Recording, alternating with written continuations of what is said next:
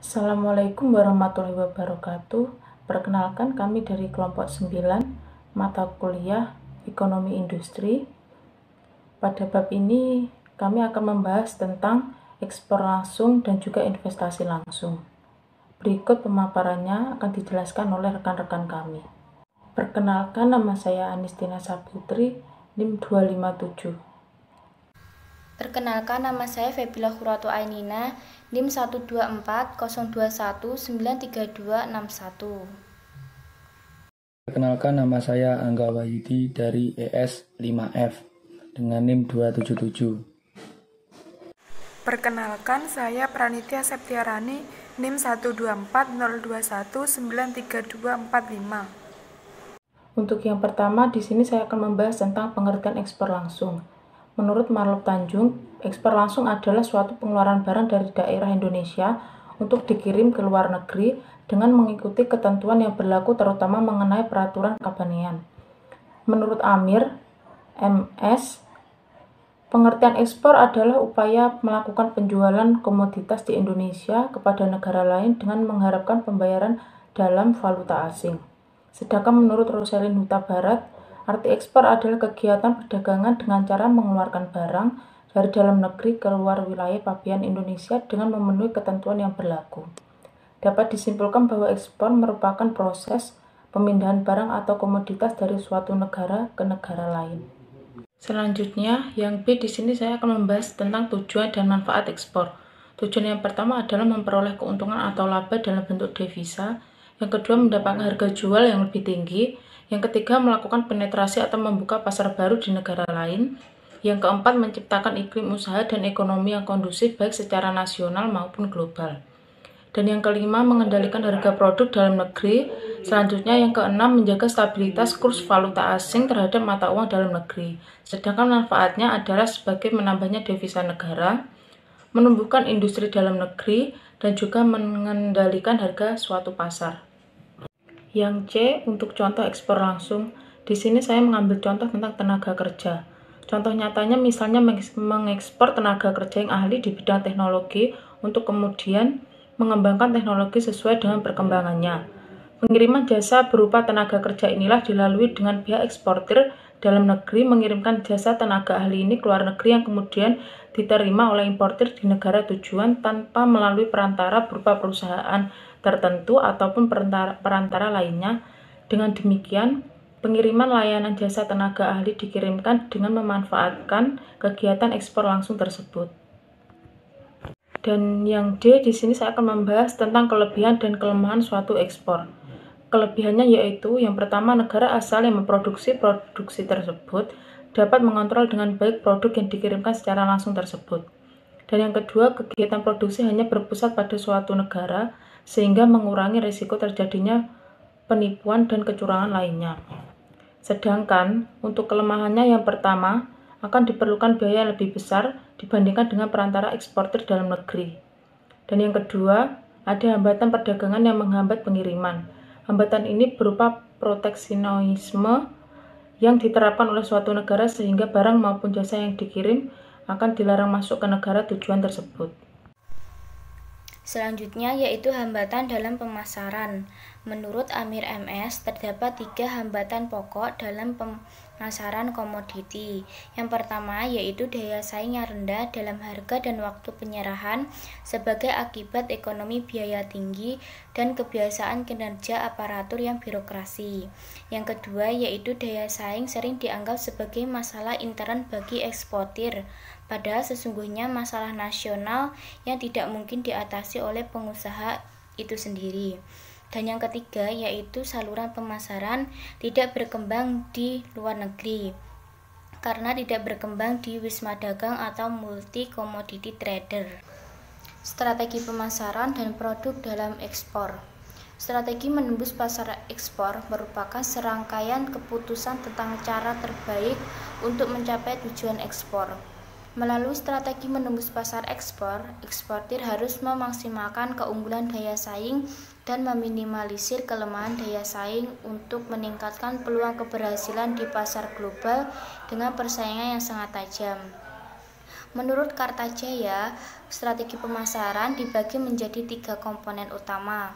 Yang pertama yaitu komponen strategi yang terdiri atas segmentation, targeting, dan positioning.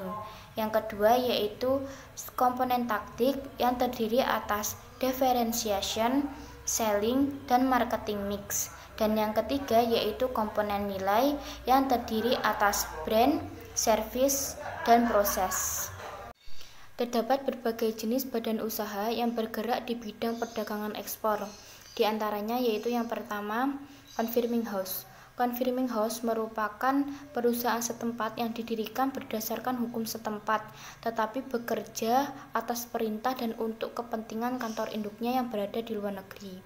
Yang kedua yaitu pedagang ekspor. Pedagang ekspor merupakan badan usaha yang diberikan izin oleh pemerintah dalam bentuk surat pengakuan eksportir dan diberikan kartu angka pengenal ekspor. Yang ketiga yaitu agen ekspor. Agen ekspor ini merupakan suatu badan usaha yang membuat ikatan perjanjian dengan produsen suatu komoditi tertentu. Yang keempat yaitu Wisma Dagang. Wisma Dagang merupakan perusahaan dagang besar ekspor impor. Yang kelima yaitu produser eksporter. Produser eksporter merupakan integrasi antara produsen dengan perdagangan yang menjadi cikal bakal berkembangnya konglomerasi di Indonesia. Yang keenam yaitu Badan Pemasaran Bersama. Badan Pemasaran Bersama merupakan suatu organisasi yang didirikan oleh eksportir sejenis. Yang keenam yaitu Joint Venture Company. Joint Venture Company ini merupakan perusahaan patungan yang didirikan oleh pengusaha nasional dengan bekerja sama dengan pengusaha asing yang bertujuan untuk memproduksi barang-barang untuk ekspor. Yang terakhir yaitu counter trade. Counter trade merupakan transaksi imbal beli, yaitu suatu sistem perdagangan imbal balik antara dua negara. Strategi harga ekspor dan komponen-komponen biaya dalam ekspor. Harga merupakan salah satu faktor penentu keberhasilan penjualan dalam suatu usaha perdagangan ekspor. Adapun faktor-faktor yang mempengaruhi strategi penentu harga ekspor di antara lain yaitu yang pertama, harga yang beredar di pasar dan biaya produksi. Yang kedua, tren pasar. Yang ketiga, cara pembayaran. Yang keempat, keunggulan komparatif, mutu produk dan kemasan. Yang kelima, penguasaan pangsa pasar. Yang keenam, permodalan. Yang ketujuh, program atau rencana pesaing. Dan yang kedelapan yaitu perkembangan moneter dan politik. Selanjutnya yaitu untuk komponen biaya ekspor.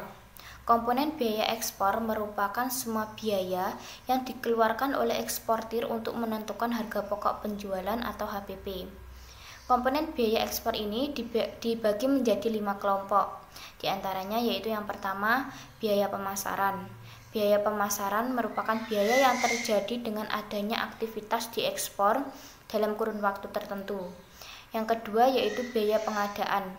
Biaya pengadaan yang termasuk dalam biaya ini adalah biaya langsung bahan baku, bahan pembantu, dan upah.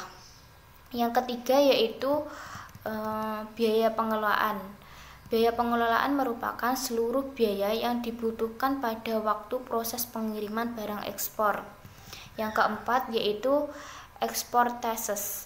Export taxes merupakan pemungutan yang dilakukan oleh pemerintah terhadap barang yang akan diekspor. Dan yang kelima yaitu jasa pihak ketiga. Jasa pihak ketiga ini dibutuhkan antara lain adalah untuk membantu dalam proses pemasaran dan distribusi. Harga jual ekspor. Ada 4 metode untuk menentukan harga jual ekspor produk yaitu 1. Cost plus markup atau sales market price. Penetapan harga jual untuk ekspor didasarkan atas perhitungan biaya total ditambah dengan prosentase laba yang diinginkan. 2. Current market price. Penetapan harga jual ekspor disesuaikan dengan harga jual di pasar internasional pada saat itu atau harga yang ditentukan oleh pembeli. 3.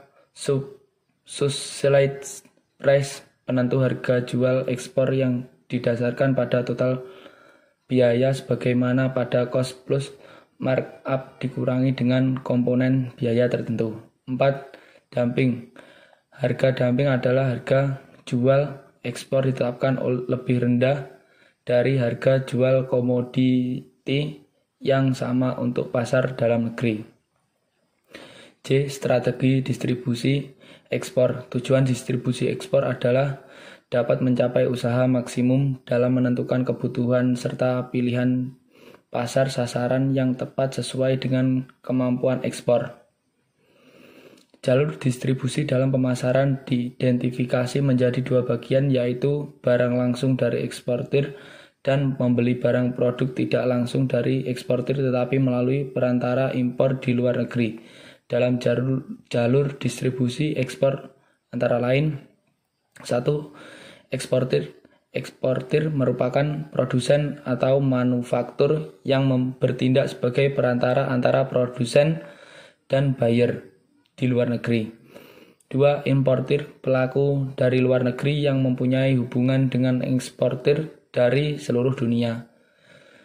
3. Distributor, membeli dari importir dan menimbun stok barang adalah kegiatan yang dilakukan oleh distributor. 2. Investasi langsung. A. Pengertian investasi langsung. Investasi langsung atau direct investment merupakan penanaman modal yang dilakukan oleh investor secara langsung. Investor akan menggunakan modalnya untuk membeli aset real berupa tanah, apartemen, rumah, atau emas. Apabila berada di lingkup perusahaan investasi, biasanya B. Kelebihan dan kekurangan investasi langsung. Kelebihan dan kekurangan investasi langsung. 1. Investasi langsung dinilai lebih menarik bagi investor. 2. Investor memiliki hak untuk mengontrol manajemen produksi saham investasi secara langsung. 3. Investor bertugas menganalisis dan menentukan keputusan untuk investasi. Bagi investor yang memahami konsep investasi, kelebihan yang ditawarkan investasi langsung akan menjadi peluang untuk mendapatkan keuntungan besar. Sementara bagi investor pemula yang Materi yang selanjutnya yaitu manfaat investasi. Manfaat investasi meliputi: yang pertama, terhindar dari inflasi. Kedua, meningkatkan nilai uang.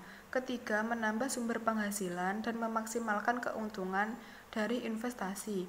Keempat, tabungan masa depan dan mempersiapkan masa pensiun. Kelima, dengan keuntungan investasi, Anda tidak perlu bekerja terlalu keras. Keenam, merdeka secara finansial. Ketujuh, investasi dapat menambah wawasan dan memperluas relasi. Yang terakhir yaitu investasi melatih Anda mengambil keputusan dan lebih bertanggung jawab. Selanjutnya yaitu jenis investasi langsung. Investasi properti merupakan investasi secara langsung di mana semakin lama maka harganya juga semakin mahal, bisa berkali-kali lipat dari saat membelinya.